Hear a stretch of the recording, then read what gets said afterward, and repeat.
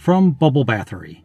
Are they actually celebrating being so unhealthy it leads to death now? Please tell me I'm reading this wrong. Since so many of you are new to my Instagram page, let me introduce myself. My name is Blank, and I am a death midwife. Death midwives and doulas play a similar role to birth doulas, yet for the dying. I believe that taking the time to look at our own death and think of what we want for ourselves before our death happens brings a tremendous amount of freedom and presence to our day-to-day lives. I hope you'll find this page inspiring and feel supported on our journey of self-inquiry. Thanks for being here. Then they show the moon going through all of its phases. Today is a special day. Rainbow, rainbow, rainbow, rainbow, rainbow, rainbow, rainbow, rainbow, rainbow. I've recently teamed up with fat activist and author Virgie Tovar to create a course that intersects death work and anti-diet work. Another way of living that brings great freedom. Heart, heart, heart, heart, heart, heart, heart, heart, heart, heart, heart. Our course, Anti-Diet is Death Work, is fully released onto the world today. I am over the moon and on top of the mountain. I feel so deeply passionate about shining a light on death in all its forms. Thank you, Virgie, for giving me that voice. My deep, sincere, and heartfelt thanks to all of you that signed up. May this course bring you freedom, joy, and deep reverence for our short time here. Lil Gecko replied, Fudging heck! That is morbid! Death doulas do an amazing and difficult job in helping people who may not have anyone else in their life be there with them during their last days and at their death. But to team up with people who actively promote eating yourself to death and trying to put an emotionally healthy spin on it because some people are destined to eat themselves to death is so creepy. This feels like a Black Mirror episode. From Love Dove Bunny. Did my high weight impact my running? Hi, I saw your post about your first half marathon, and that is a great accomplishment. I didn't like how you mentioned your highest weight and talked negatively about it. There was nothing wrong with your weight. You made it seem like you couldn't run at your highest weight, which isn't true. I think you should either remove the post or no longer mention your weight loss on your page so that you won't offend people. Love Dove Bunny replied, A bit of context. I ran my first half marathon a couple of weeks ago, and I updated people about my weight loss. I'm a little curious as to where she's living that half marathons are open. Maybe it was a virtual half marathon? Which is now 115 pounds, so I'm still on the loser's bench. Hey, congratulations on the weight loss. Person I don't know, but whose posts I read all the time. At my highest weight, I couldn't run for my life. I couldn't run half a mile. I couldn't run for 10 minutes, and I would frequently need to stop and walk. At my lower weight, I could run consistently without taking a break and at a faster pace. I got this message from a so-called friend today, so I don't know why they decided to wait several weeks to tell me to remove my post. No matter what, I'm not removing my post because my half marathon and weight loss are major accomplishments. Ineffable posted, ICYMI, we're all simply seduced by diets. Diet culture is seductive. Diet culture is calculating. Diet culture is alluring. Diet culture is methodical. Diet culture is your ultimate frenemy. Ooh, tell me more about this diet culture. It sounds hot. And back to Love Dove Bunny's post. No rain on my parade. You may remember a few seconds ago when we showed the post about her running a half marathon and someone complaining about her talking about losing weight. Here's what she replied to them. Hi, I'm so thankful for your message about my half marathon and weight loss because those accomplishments were very difficult to do and required a lot of hard work. It appears that your tone could use some adjustment because it seems like you made my weight loss into a negative thing that offends others. My post stays the way it is because it's my page and you can't police it. Looks like she posted a gif of a little girl dancing in the rain. Looks like you can't rain on my parade. I suggest you stop following me if I offended you so much. Love Dove Bunny adds, Sorry for the wait, everyone. I just wanted to create some suspense. I responded to someone who had an issue with my weight loss post, and how that influenced my ability to run my first half marathon. Thank you for all your kind words. You Baby Goat brings us, Eat all the Christmas cookies because Santa does. Santa didn't give a poop when he ate all the Christmas cookies, and neither should you. Vite Pogner replied, When I was a boy, my grandfather explained to me that Santa needed something more substantial than cookies and milk. So we were going to fix Santa what he really wanted. A ham sandwich with spicy mustard and a beer. I like the way his grandpa thinks. Night Vale intern brings us more scarcity BS. Of course it feels like you have no control with holiday food. We are told to only eat it once a year. Your body is literally reacting to scarcity. Of course you're going to eat past satiation. It's a physiological response. Your body is not a failure. You are not weak. Kangaroo replied, yeah, once a year. On Thanksgiving, on Christmas, on New Year's Eve, on your birthday, on Halloween, at every other party. Anonymous Salad added, and cookouts on Memorial Day, barbecues on the 4th of July, celebrating autumn with pumpkin spice lattes, tacos on Cinco de Mayo, chocolates on Valentine's Day, Easter candy. There is some sort of celebration or holiday each month that revolves around food, even before including personal celebrations.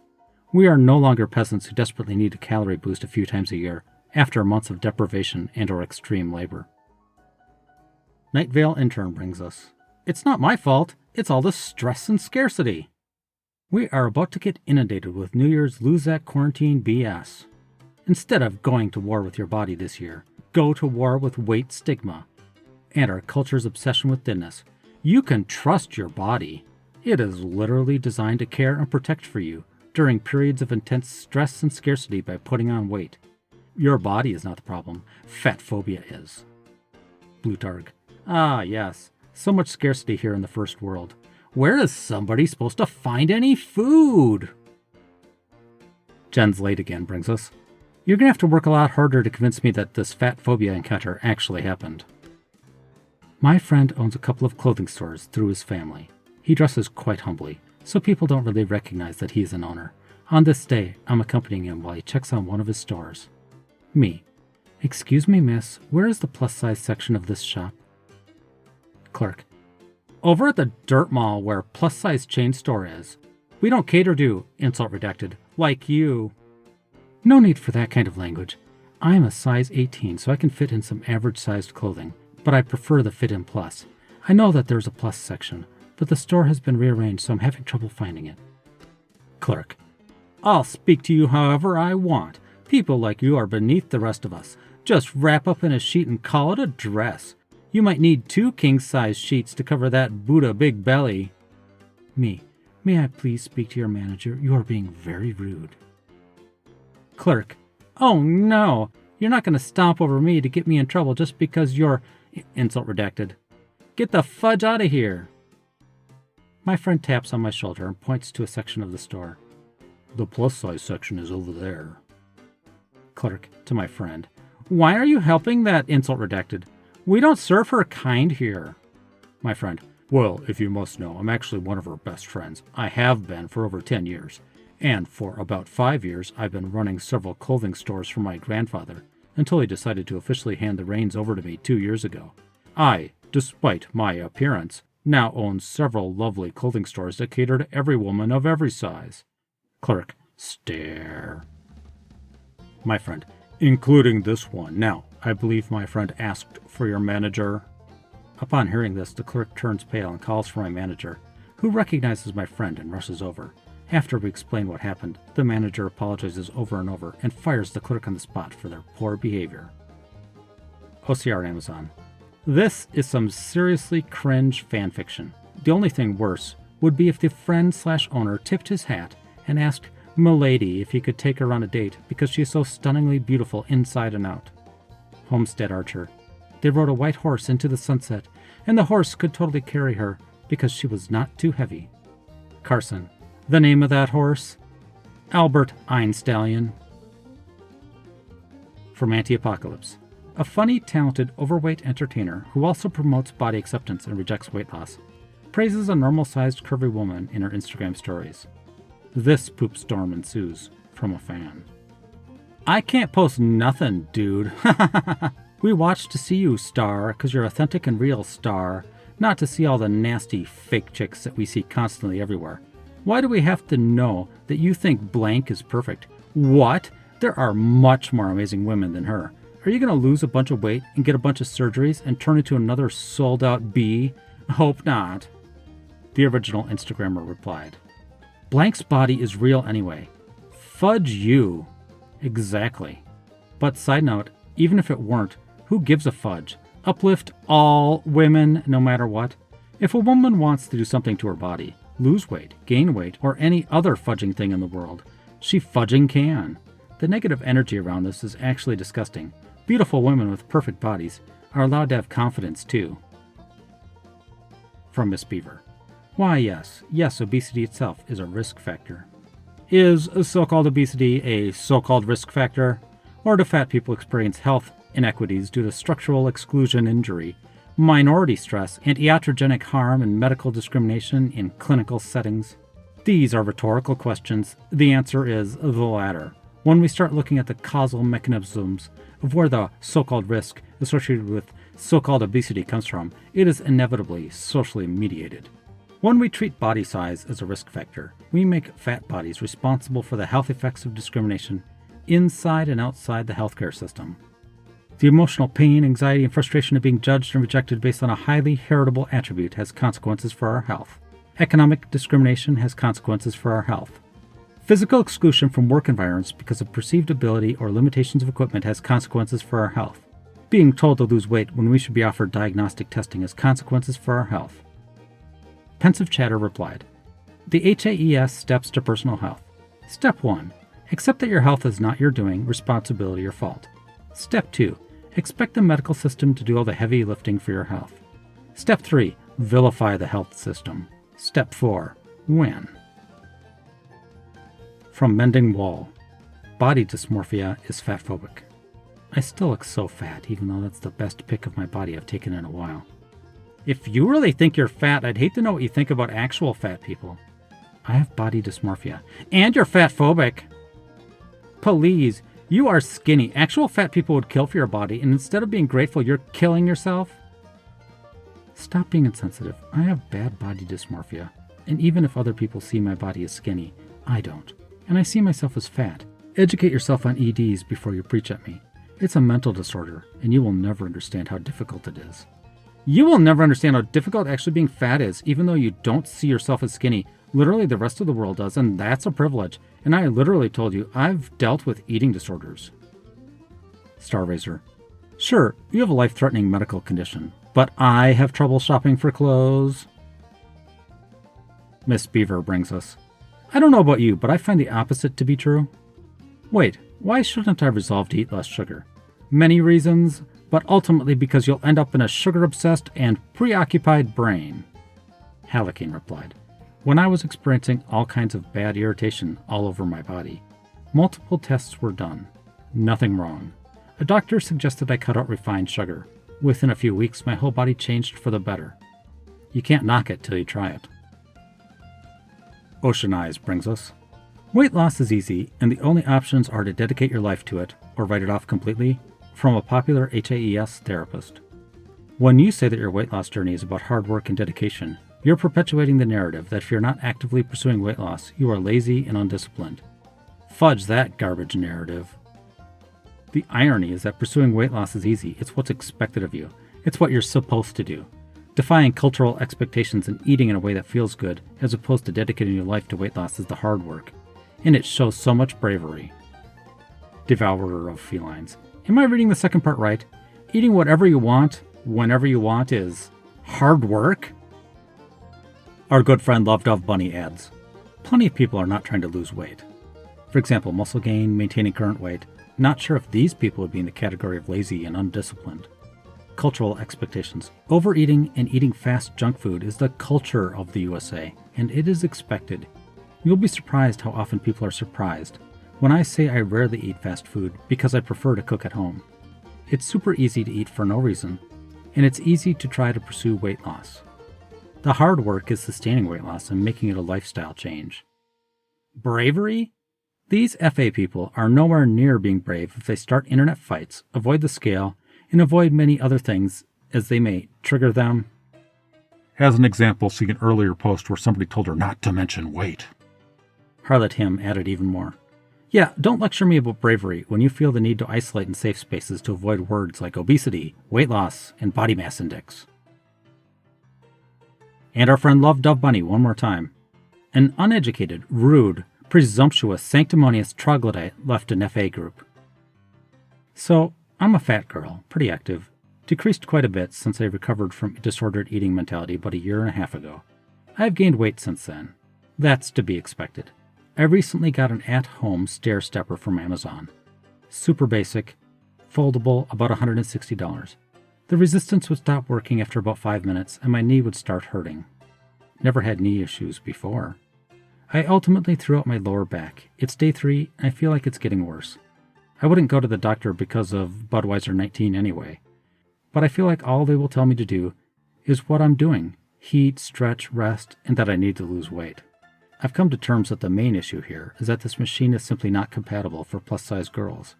The weight limit was 250 and I honestly haven't weighed myself in years, but maybe I'm close to that.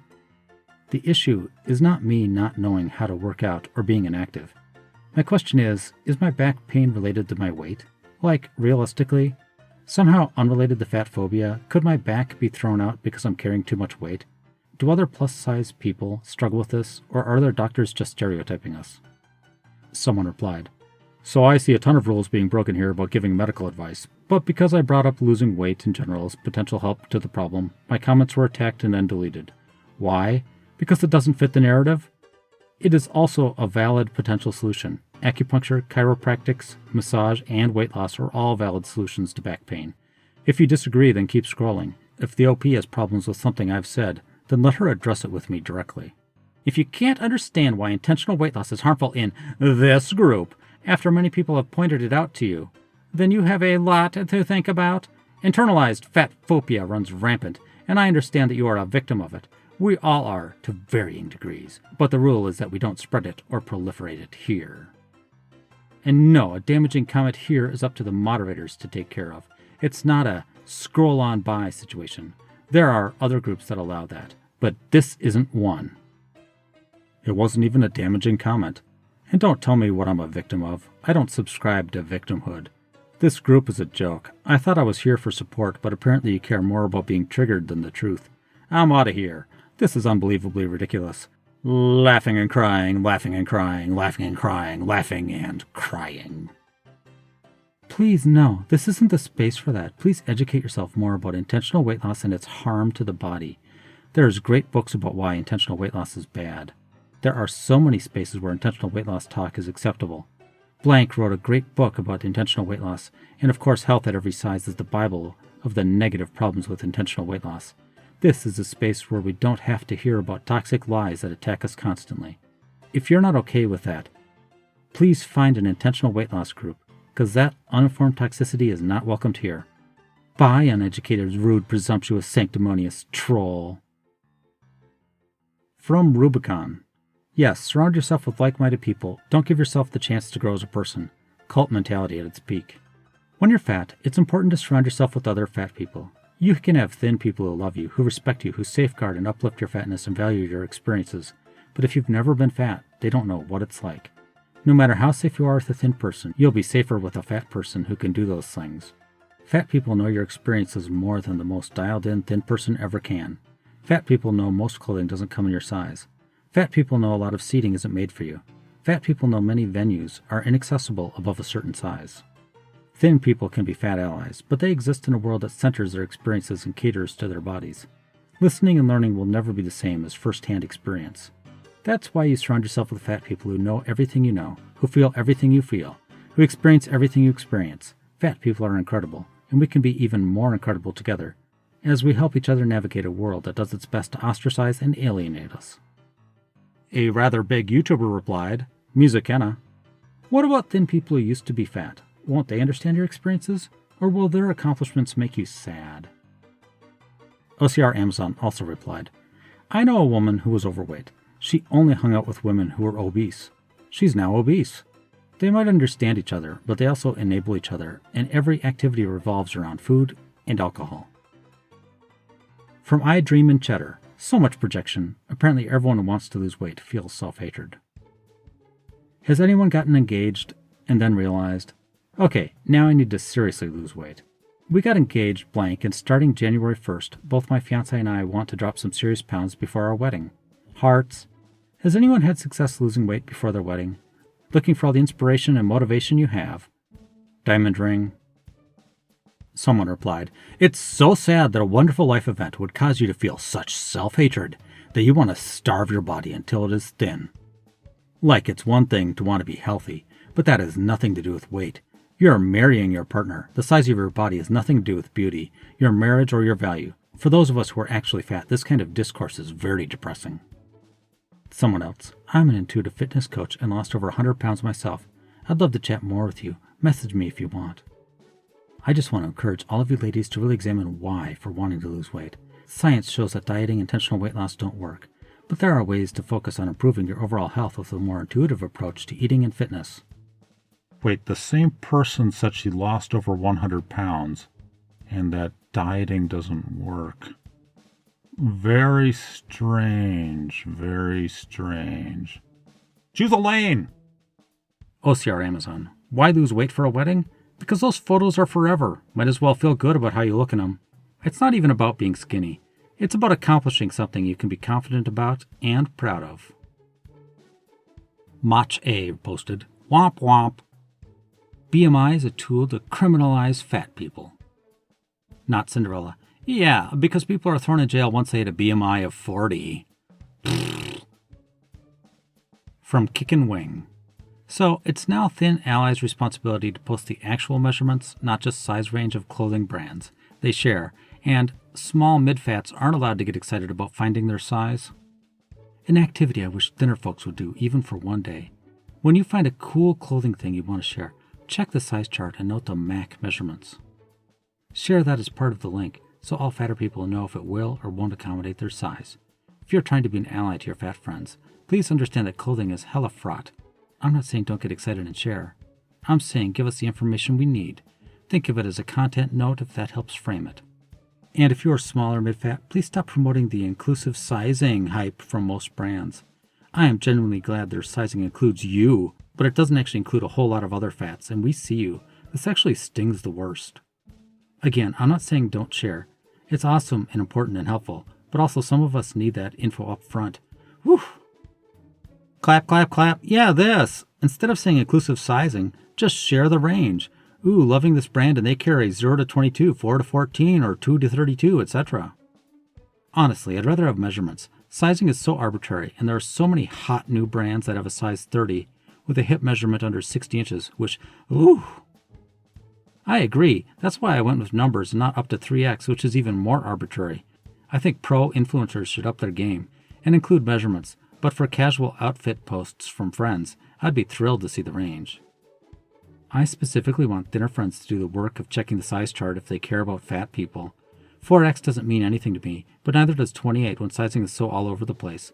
Like, I realized my instinct is always to apologize for being a buzzkill when something someone shares won't fit me, but I'm really tired of that. They can do the work.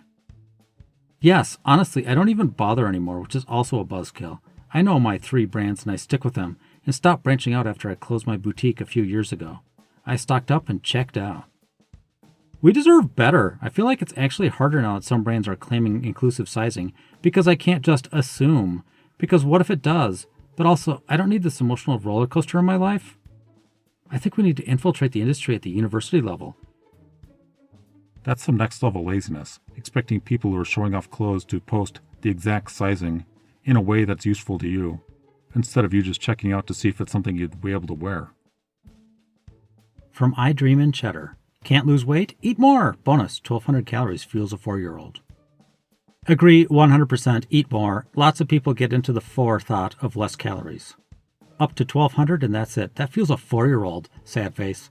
I'm doing a metabolic healing diet right now and eating 2,800 calories a day while working out and loosing. You need to efficiently fuel your body, especially making sure your thyroid and adrenals are getting enough. 3-hour baths. So what do I need to feed my thyroid and adrenals? Your digestive system is the only bit of you that can do anything with food. Then it floats around in your blood ready for the rest of you to use. Unless your intake is low enough that you have to cannibalize less important structures to feed your critical organs, you are already feeding your thyroid gland. Wow. AITA, just curious, posted, I'm going to take the fact that my friend wanted to lose weight as a personal attack. My friend has always been chubby. However, after getting with her boyfriend, who was a chubby chaser, she put on more weight. They broke up due to disagreements. But now my friend wants to lose the weight. She says that she feels disgusting and like a whale. I don't think so. I think she is gorgeous. So far, she has lost 25 pounds in the past 3 months. That is concerning to me. I don't think anyone should lose weight that fast. Every time I ask her to eat out, she'll decline and suggest something else. When we do go to restaurants, she doesn't eat as freely as before. I get pizza, she gets a salad. I get cake, she doesn't finish it all. It is worrying. I tried pushing her about this before, but it results in her getting defensive. In the past, I've told her that she looked fine the way she was before, but so far it makes no difference. She still diets and pushes herself at the gym. She started posting her progress on Facebook too, and it's really getting to me. I just want to see how lovely she was before, and to go back to normal. Help, thanks. TLDR, my friend is losing weight, and it worries me. The Pickle Juice replied, my friend has always been poor. However, after getting with her boyfriend, who liked poor women, she went into debt. They broke up due to disagreements. But now she wants to have money. She says that she feels impoverished and like she doesn't want debt collectors calling her at work. I disagree. I think she's better poor. So far she has paid $25,000 of her debt. This is concerning to me. I don't think anyone should pay off their debt that fast. Every time I ask her to give me $100, she'll decline and say I should get a job. When she does give me money, it's only $20. She doesn't even use her credit card anymore. It's so worrying. I've tried pushing her on this before, but it results in her getting defensive. I told her that before, when she lived in her van by the river, she was doing fine. But so far it makes no difference. She still watches her spending and tries to get a better job. She even bought a new car and showed a picture of it on Facebook too, and it really gets to me. I just want to see her poor like before and to go back to normal. Help? Thanks. TLDR, my friend is improving her finances and I'm worried. From Not Today, Satan. Are these things not mutually exclusive? Less than 1% chances of a fat person becoming a thin person. 100% chances of a person who decides they are not going to perpetuate fat phobia, improving the lives of others and themselves. Inside sympathy. Wow, we're down to 1% now? I thought just a little while ago it was 3 to 5%. Slider posted, no, junk food can be very self-destructive.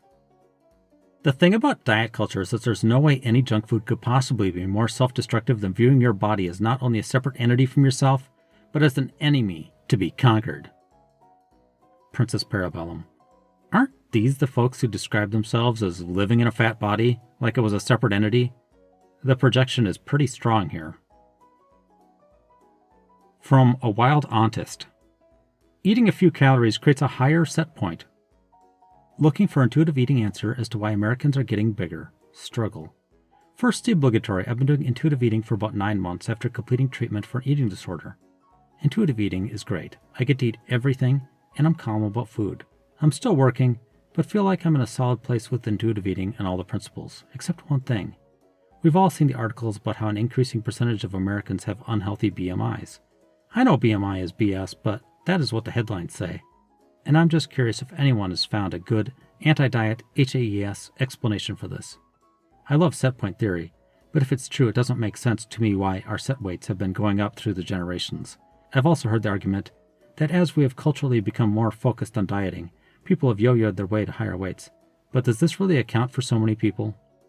Anyway, I'm just looking for ideas that aren't just the standard diet culture answer of, sugar is addictive and fat is terrible, so you have to be on a diet for the rest of time to remain a thin and acceptable human being. Any help is much appreciated. In the book Intuitive Eating, the author cleverly compares food on a fork to a loaded gun when she talks about how fearful we've become about our food, health, and dieting. You talk about a calm about food, and I too am enjoying a newfound calm around food, thanks to intuitive eating. There's a lot of literature linking stress and weight gain from raised cortisol levels. Our diet culture could be summed up as a scarcity mindset. Diets mimic famine, plus an overabundance of highly palatable foods, plus cortisol raising anxiety about health and weight. A perfect storm raising set points, it seems. Restriction and fear around food can cause binges. Dieting increases weight set point. Weight cycling is what is unhealthy. Mokoko replied, I'm honestly starting to hate intuitive eating. I'm of a slightly different mindset right now. I feel like it's helpful for some people, but other people wildly misuse it. Anyway, back to the post. When I first found it via Instagram, many showed it off as a, hey, don't feel guilty about having a cookie now and then. Eat what your body wants, which will mostly be healthy, and have some snack occasionally. Which looks and sounds great, because yeah, that's what you're supposed to do. But whenever I see it in practice, it's always, I can eat whatever I want, whenever I want. And many times it's a whole tray of cookies or 2 large pizzas, etc. It's become so bastardized. Many pages I've seen also have people asking about losing weight, to which everyone flips out and says that losing weight is evil and bad. Really, it wasn't much of a surprise that the fat acceptance movement jumped on the intuitive eating movement, because with just a little minor changes, it easily becomes eat whatever you want movement. From Spare, posted unironically on Facebook. In the Odi tribe in Ethiopia, the most desired men are those with the largest bellies. The more belly you have, the more attractive you are. I show you so you can see that you're not fat. You're just in the wrong tribe. Hamster Cheeks replied, I could only find the Daily Mail as a source, but it looks like the tribe has adopted the same practice as le bleu for Mauritanian women. Sorry, I've never seen those words before. It's essentially a form of torture, where your internal organs are forcibly stretched by gallons of milk and blood. Vomiting and pain are very much part of the equation, and lifelong consequences are common. But yay, fat is beautiful there. New name added. The caption from the picture in the article. Exhausting, because the men are so overweight and have been unable to exercise for 6 months, they need regular breaks during the ceremony. So, even when having a belly is flat out celebrated, consequences of having too much weight on you rear their ugly heads, as you know, every sane person would predict. What about that weight stigma thing now, FAs? From Maisie the Amazing. This feels like straight up propaganda. It's diet season, so here I am to remind you that your body knows what weight range it functions best in. Old style emojis, smiley face. Which is why pursuing weight loss usually isn't sustainable long term. Your body has a range it's comfortable in, and when you try to force it lower, it may work at first, but then your body starts fighting back. Like the Empire, I imagine. It's kind of comforting when you think about it. You don't actually have to do anything except live your life. Your body takes care of the rest. The Blue Fox. Well, she's right about one thing. It is comforting. That's why so many people believe this, even though it's complete BS. Hexclax added, if your body fights back when you try to lose weight, and makes you gain, then why doesn't it fight back when you gain weight and make you lose? Interesting. Very interesting. From Kissy. Ah, yes, because only one body type can be shamed. Skinny shaming isn't real, because being skinny is the beauty standard. Yes, you may not like being skinny, but it's still a societal norm. Meanwhile, fat women are shamed with everything they do, from working out to breathing, so yes, there's a difference. Argue with your mother about it. Saddle Century. So is muscular shaming the worst of all because that body type doesn't even seem to exist to them? Caitlin added, of course it exists to them. They all think the BMI charts don't apply to them because of their resemblance to The Rock. For you younger people, The Rock means Dwayne Johnson. From Sad and Aesthetic. Found this going through Tumblr. So people trying to lose weight aren't allowed to be proud of their bodies? As we've learned here over the years, that's right, you aren't. It's a guy sitting in front of a whiteboard with a presentation that says, weight loss isn't body positive, you guys are just fat phobes. Stop posting about fudging weight loss and body positive tags. Hashtag fatphobia, hashtag body positive, hashtag body positivity, hashtag fat acceptance, hashtag body acceptance, hashtag fatphobia, hashtag weight loss mention, hashtag worthy thoughts. Man, that person's desperate to get noticed with that many hashtags. Homestead Archer. Things that are fatphobic.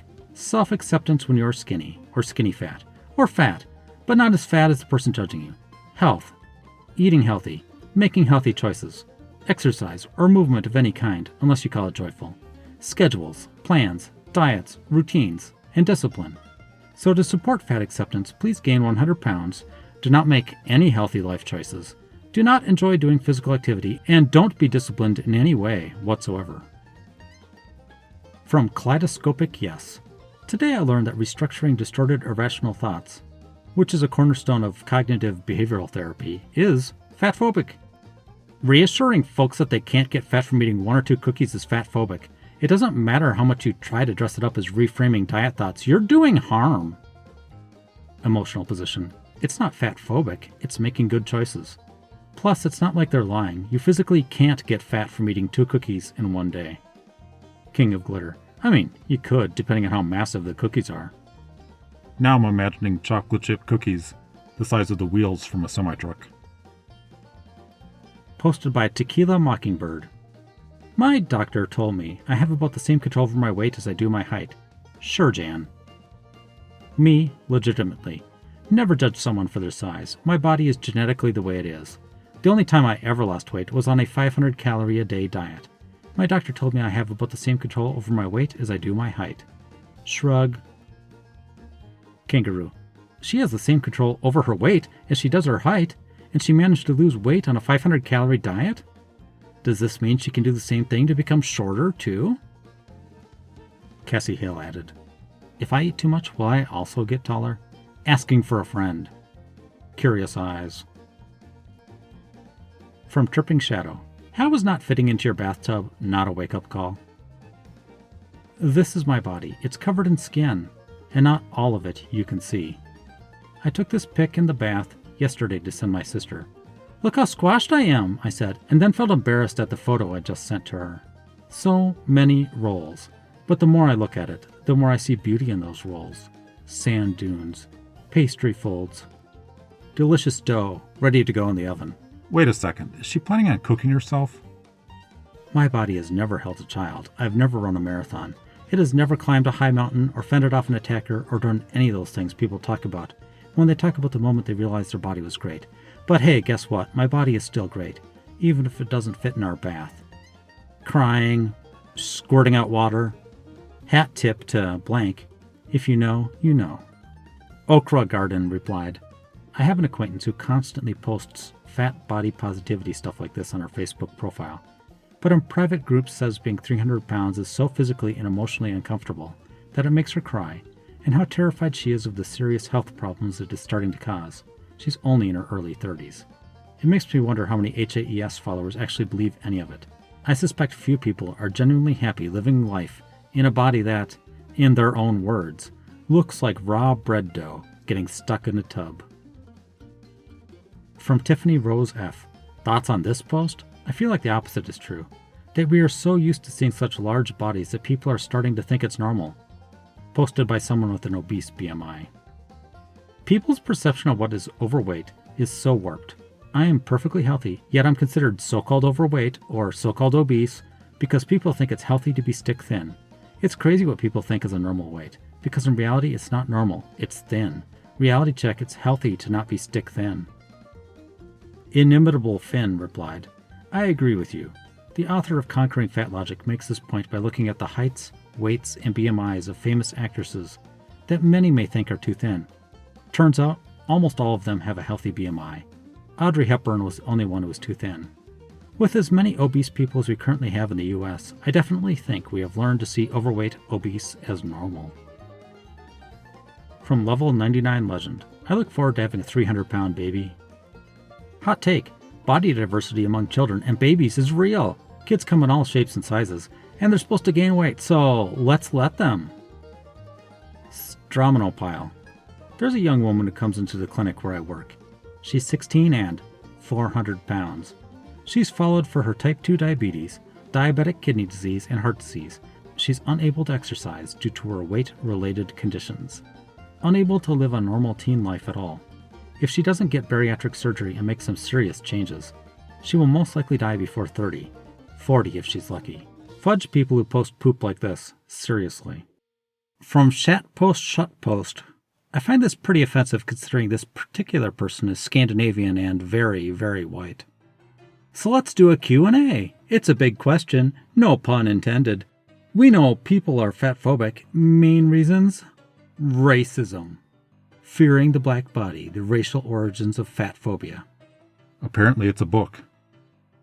Dave replied, I'm watching the NFL right now, and I have a feeling a lot of these black bodies would have something to say about the insinuation that black is synonymous with obesity. From English Whiz Heart. Let's compensate for a grandparent's scarcity of food by overeating. Eating disorders can be transgenerational. Your grandparents, famine, scarcity of food, dieting to meet beauty standards of the time, modeling their parents' relationship with food. It's a little weird when they have to diet when they barely have enough food to survive. Strange. Your parents, also dieting to meet beauty standards of the time, also modeling their parents' relationship with food, sensitivity to eating disorders, epigenetics. Not a potato. My grandma was the youngest of 11. During the Depression, her mother would scrounge up whatever money they could find to buy her an orange whenever they could afford it. She was the only one in the family that got them. In her honor, I've made it my goal to become obese on nothing but oranges, which FAs swear is possible. Musical Tourette's. My mother only had one pair of jeans, so if one of her 7 sisters took them, she had no pants. So I must wear all the pants to compensate. From Peggy. Found on Tumblr. It's okay because hobbits say it is, apparently. I've been skinny all my life. Until this year, a combination of age, stress, and new medication have actually given me a stomach for the first time ever. I thought I was totally immune to diet culture, totally on board with body positivity, but now it's my body and I'm starting to think about dieting. Then I think about hobbits for a while instead, and I have some ice cream, because I deserve to be fat and happy and alive, and can you imagine how stoked hobbits would be for ice cream? How would you explain to hobbits that we invented ice cream, then we invented hundreds of flavors of ice cream, and then we invented a thing that translates to, just don't eat so much ice cream. That's insane. Anyway, fudge dieting. Have some ice cream. Depressio. Isn't Lord of the Rings in part a story about staving off a desire that will give you a momentary pleasure but ultimately destroy you? Majestic Incident brings us, fabric is a construct made by the racist patriarchy to dehumanize women. It was an important lesson to learn that even riches and celebrity don't somehow make people inclined to treat fat people better, much like with any other marginalization. And of course you can complain about it, but then people who know better will whine and moan about how much more labor and fabric it takes to make bigger clothes. Starraiser. Nothing says social justice quite like maligning workers for wanting to be paid more for doing more labor with a higher cost of materials. From a deleted account. Imagine being this delusional. On this hashtag World Obesity Day, I'd like you to remember that fat people are not in temporary bodies. In a sense, aren't we all in temporary bodies? We are not impermanent. Really? And this is not a thin person inside me waiting to get out. Oh, that's what you mean. I thought you were suggesting that you'd live forever. I care for myself, love myself, experience emotional growth, practice yoga, have sex in this body. Nothing about my life is paused. My spirit has not taken a breath from thriving. I am a whole person in this body. My body is perfect, truly. I align my body and mind to experience this life with joy and kindness and peace in all this perfect body. If she really thought her body was perfect, would she need to keep repeating it? Obesity isn't an epidemic. Shame, medical malpractice, and diet culture are. Big thanks to somebody for calling attention to this ridiculous day and encouraging people to celebrate themselves today. Heart, Bombi. Just because you say obesity isn't an epidemic doesn't mean that it's not in reality. Ignorance is bliss until you reap the consequences of your actions. Then these people are going to wish they would have done something a lot sooner. Avocado Ham Cake added, people will deny things like substance abuse issues too. It takes one heck of a health crisis to bring them out of the pre-contemplation stage. From Butts. Found in my Instagram feed today, although the post date on it is from a few weeks ago. The poster goes on to talk about how they're sick of seeing calorie comparisons, and how you need to be fueling your body with big meals to do all the things you love. I mean, it's potentially true if one of the things you like doing is the Tour de France, I suppose. Full for a few minutes. 5 pieces of chocolate. Full for hours. About 40 pieces of chocolate. Balverine Meat replied, eating no chocolate. Extreme starvation will lead to binges. Eating a few chocolates. Insufficient. Will only have enough energy for a few seconds. Binging on chocolate. Great and healthy, actually. Makes my tum-tum feel happy for hours until next binge. As Balverine so rightly points out, this post is saying that if you binge, that'll prevent you from binging because you're already binging. Logic. From Ms. Beaver. Yeah, I'm going to need a backing source on that statistic. Dieting results in eating disorders more often than it results in weight loss. Statistically, you have a higher chance of developing an eating disorder than losing weight. Imagine if that information was given to you when signing up for your next diet. Would you still do it? This includes the not a diet diets, all the lifestyle and clean eating plans, anything that gives you rules to follow to change or maintain your body. Oh, could you imagine the horror of just maintaining? That sounds awful. There is no long-term research showing they work. If you have followed this path before and ended up with a difficult relationship with the food in your body, it's not your fault. Bad Borzoi replied, eating and enjoying vegetables that aren't covered in cheese or ranch is not an eating disorder. Thanks. From Ms. Beaver again. Our ancestors lived in a different time, though. It's not natural to count calories, calculate macros, or obsessively exercise. How do you think our ancestors so-called managed their health? They listened to their bodies. No full stop. They also worked their butts off to survive, and a lot didn't get much to eat. And they never knew the joy of Taco Bell. Maisie the Amazing. So you wish school taught you that your body defies biological processes? That's funny. I wish my school taught me what a calorie was. What I wish they had taught me in school about health, weight, and human biology, instead of diet culture poop. Seriously, are there any schools that teach diet culture? Has anybody actually been taught to juice to lose weight in a real school class? She goes on. BMI is not an indicator of health. Just a few facts about BMI. It was created by a mathematician. The horror!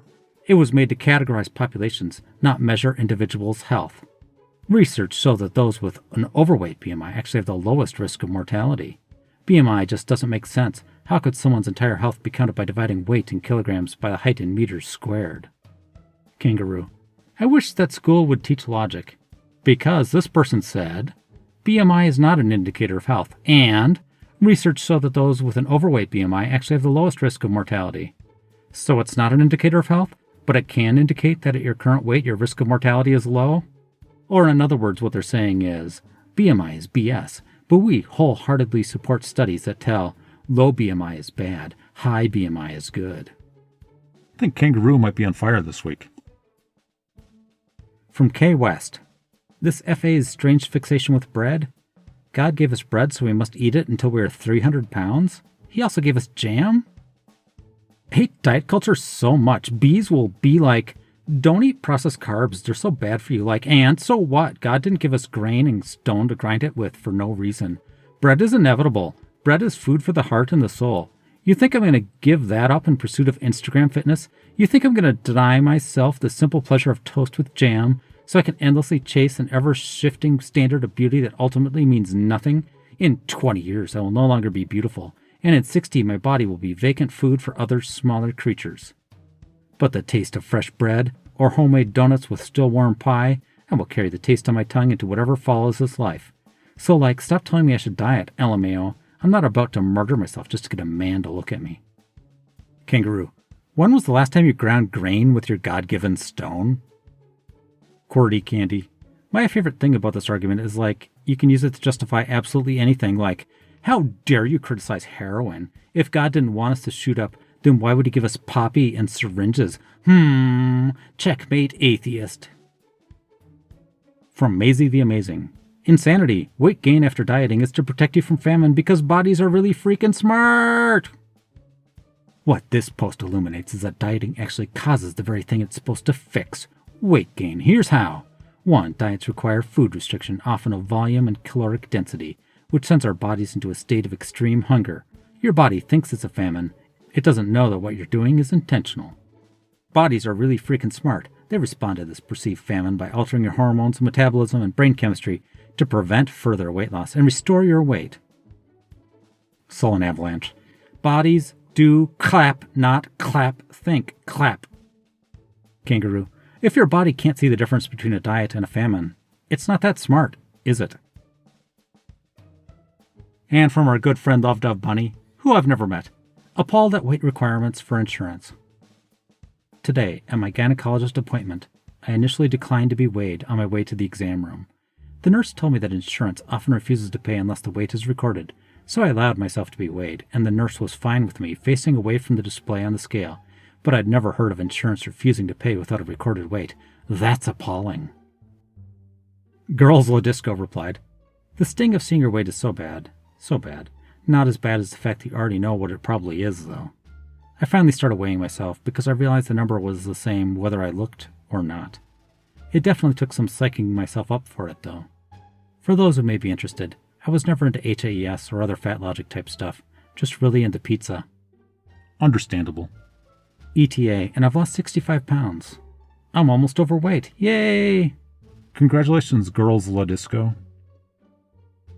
From Fantastic Ambition, 4 servings of Cheerios equals 680 calories, maybe a third of the energy you need in a day, and around 40 grams of sugar, 160% of an adult recommended intake in one sitting. But sure, the best thing for your body. Breaking Diet Culture. It's a picture of a bowl of Cheerios filled to the brim. This bowl is 4 servings of Cheerios, which is 1 serving for my body. To the point, simple, just like how it should be. Mas. I appreciate this so much. I hate serving sizes. Like, who comes up with these portions? A dumb poop. Thank you for this clap. I used to feel bad if I ate more than 1 serving. But let's break diet culture because I'm not here to eat an 8-year-old portion. Shrug, heart.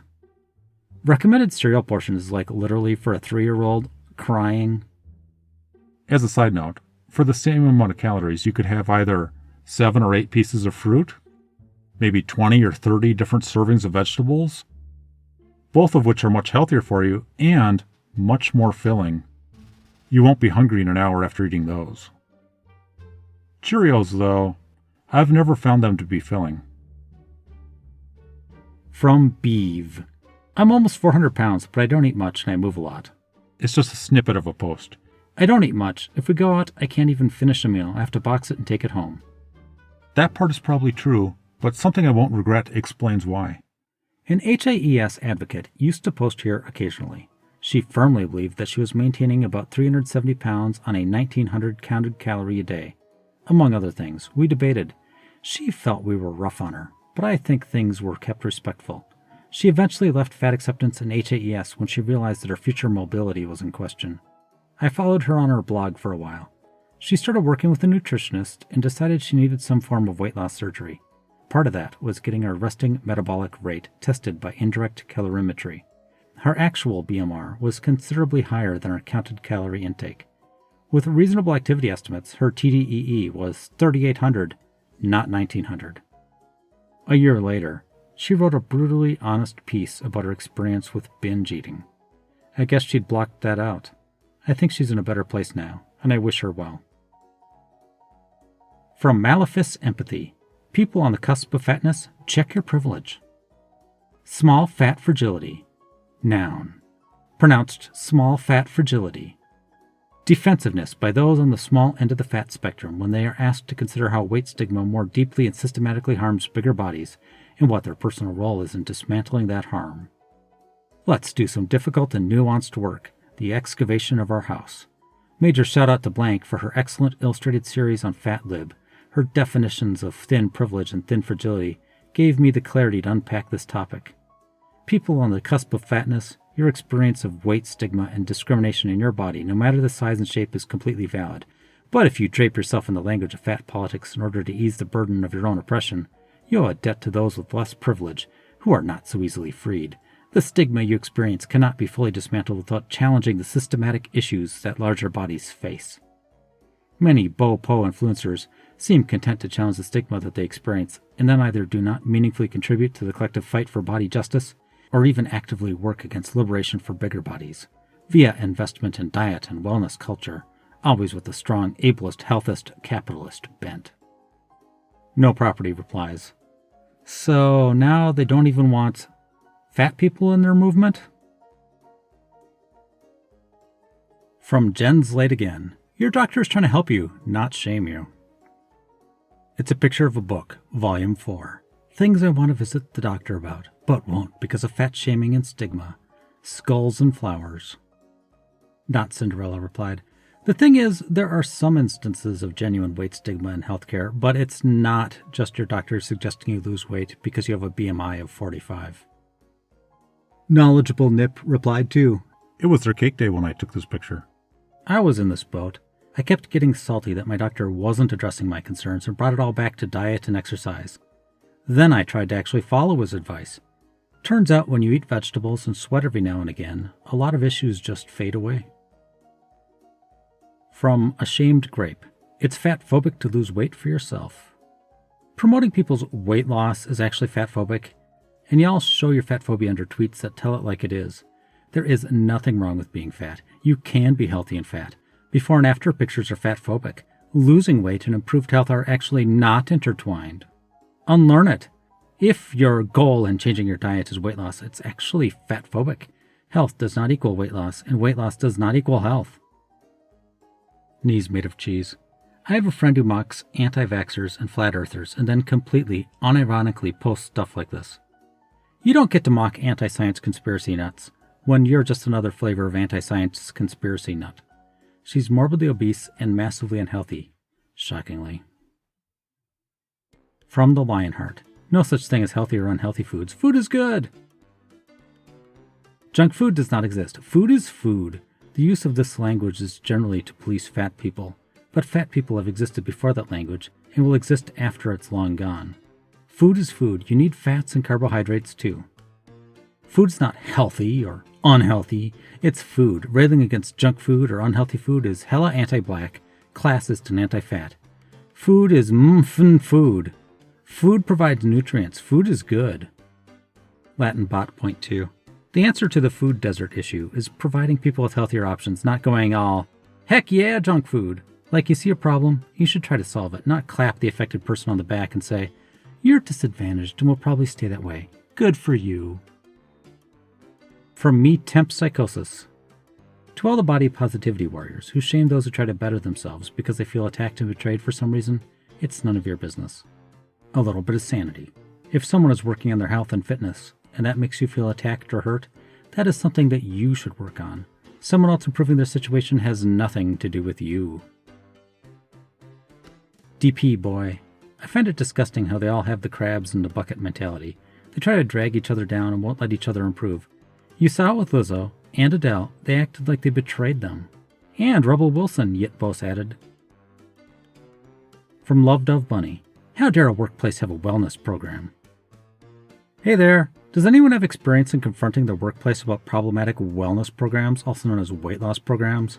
I'm helping one of my clients write up an email and an action plan, and we are wondering about what folks are ran into in this process or any other suggestions. Thank you. Not Cinderella replied. As someone in HR, this infuriates me partially because of all the extra work it would create for me.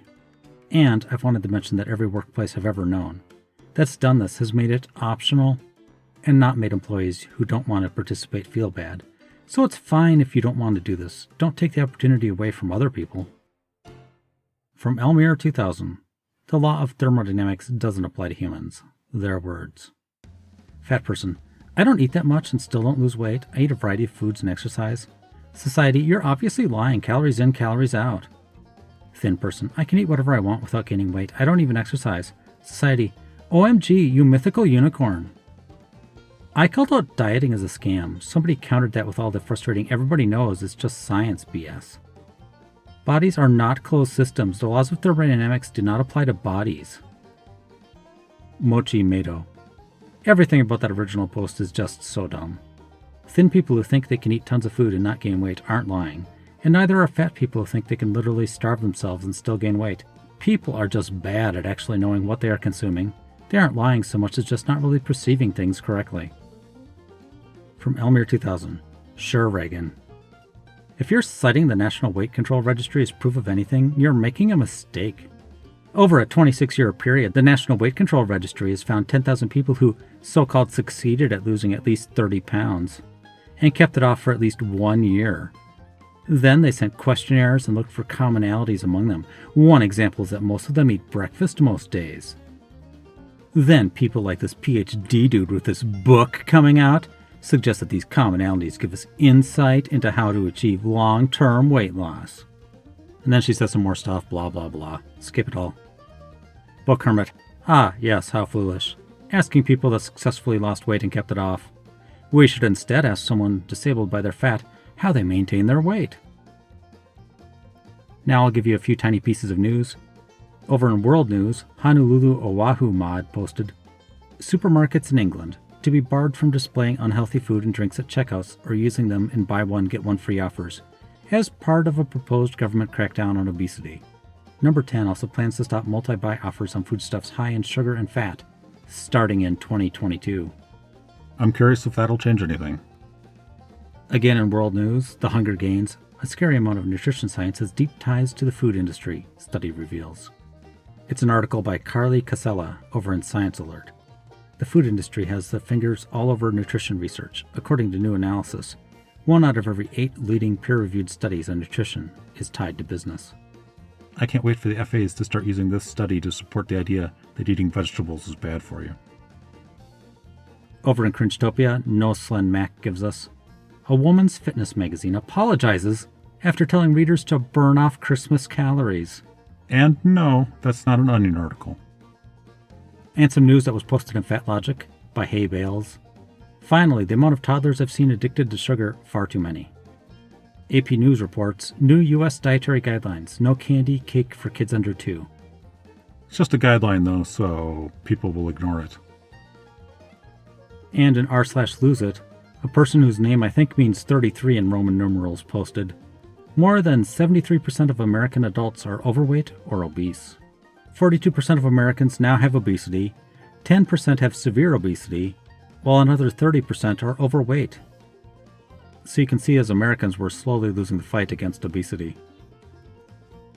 Back over in FatLogic, from Anonymous Anon, weight training to beat anorexia is body dysmorphia because you don't deserve to be healthy. Made me smile, posted by somebody. Becoming my own superhero, my recovery from anorexia. It's a before and after picture. The before picture, he looked like he had dieted way too far down and was unhealthy. His after picture, he looks like he's at a healthy fatness level, and he's got some muscle. I wonder if he just traded anorexia for bigorexia because people supported his still unhealthy body image. What do you mean? How do you know he's still unhealthy now? The way the muscle works, you can see veins on the forearm or bicep. It can be caused by too low of a body fat. My brother has surface veins. He's always been kind of skinny his whole life, but never starved himself. Eats lots of pizza. Laughing and crying. And a related one. Still in FatLogic, OK News. Vernunft. You dedicate 4 years to studying and spend thousands of dollars to earn a degree. Well done. You save your money, track expenses, and limit monthly spending. Very smart. You track your calories, meal prep ahead of time, and work out 4 to 6 hours each week. Body dysmorphia. Password asks, would an HAES activist still think it's okay for me to be proud of my degrees if they're a BS in health and a MS in nutrition that taught me that obesity is bad for health? Woolly replied, nah, they get all their BS in health for free online. From Sval AMD, comments on TikTok about a chubby chocolate lab. But can you imagine the chaos if people commented this on a plus-sized person's post? This poor dog's joints and organs. Do better for your pets. When my vet tells me he's unhealthy, I'll worry, but thank you for your concern, really. Heart's an embarrassment. That's not healthy for your dog, just saying. Well, that's abuse. It'd be abuse if we didn't change his diet, but we did and he lost a lot of weight. His ability has never changed, even when he was this big. Shrug. Hashtag chunky culture is abuse. This is so sad. Poor dog. Sad face. This is an old video and has lost a lot of weight since then, but he's definitely not a poor dog. He's very happy and very active, but thanks. No hate, but the dog should go on a diet. It's really cute, but he would live a happier and longer life. But you can do whatever you want. This last one I find really aggravating. You can do whatever you want if you own a dog?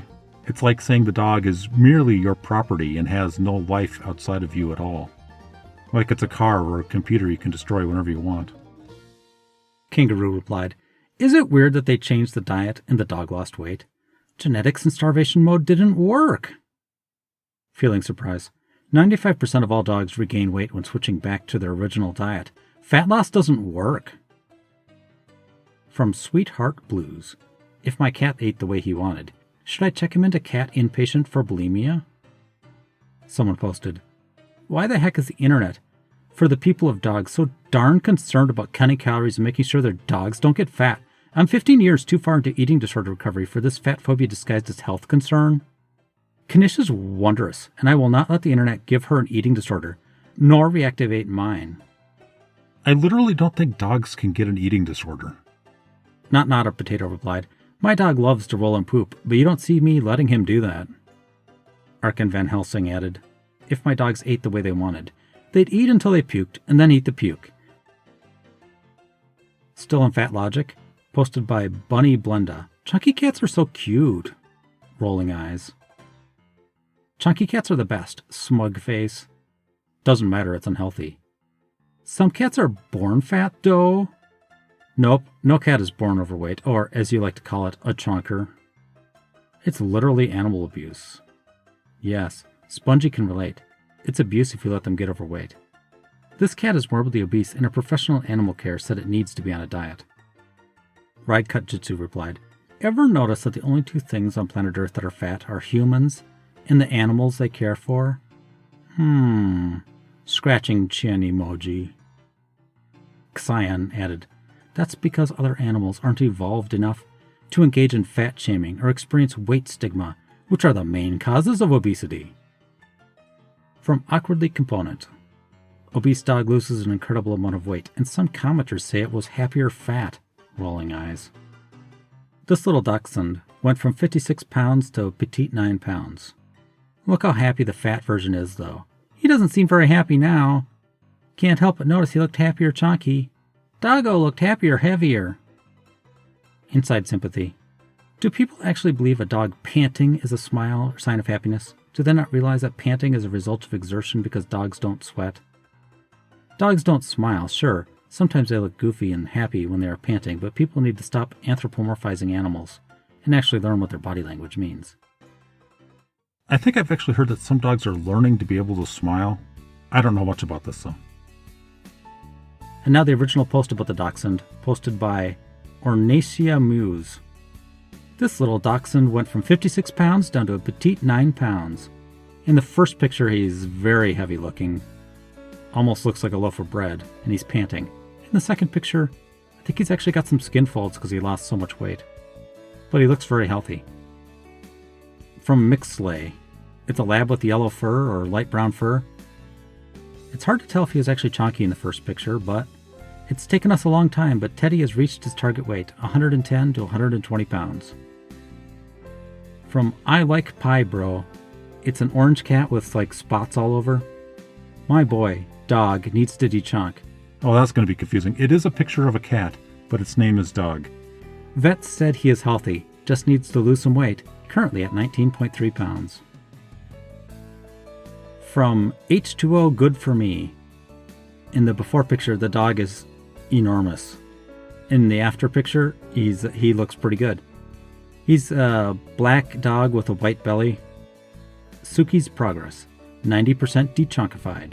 Started fostering her 7 months ago after she was abandoned from a puppy mill operation at 74 pounds.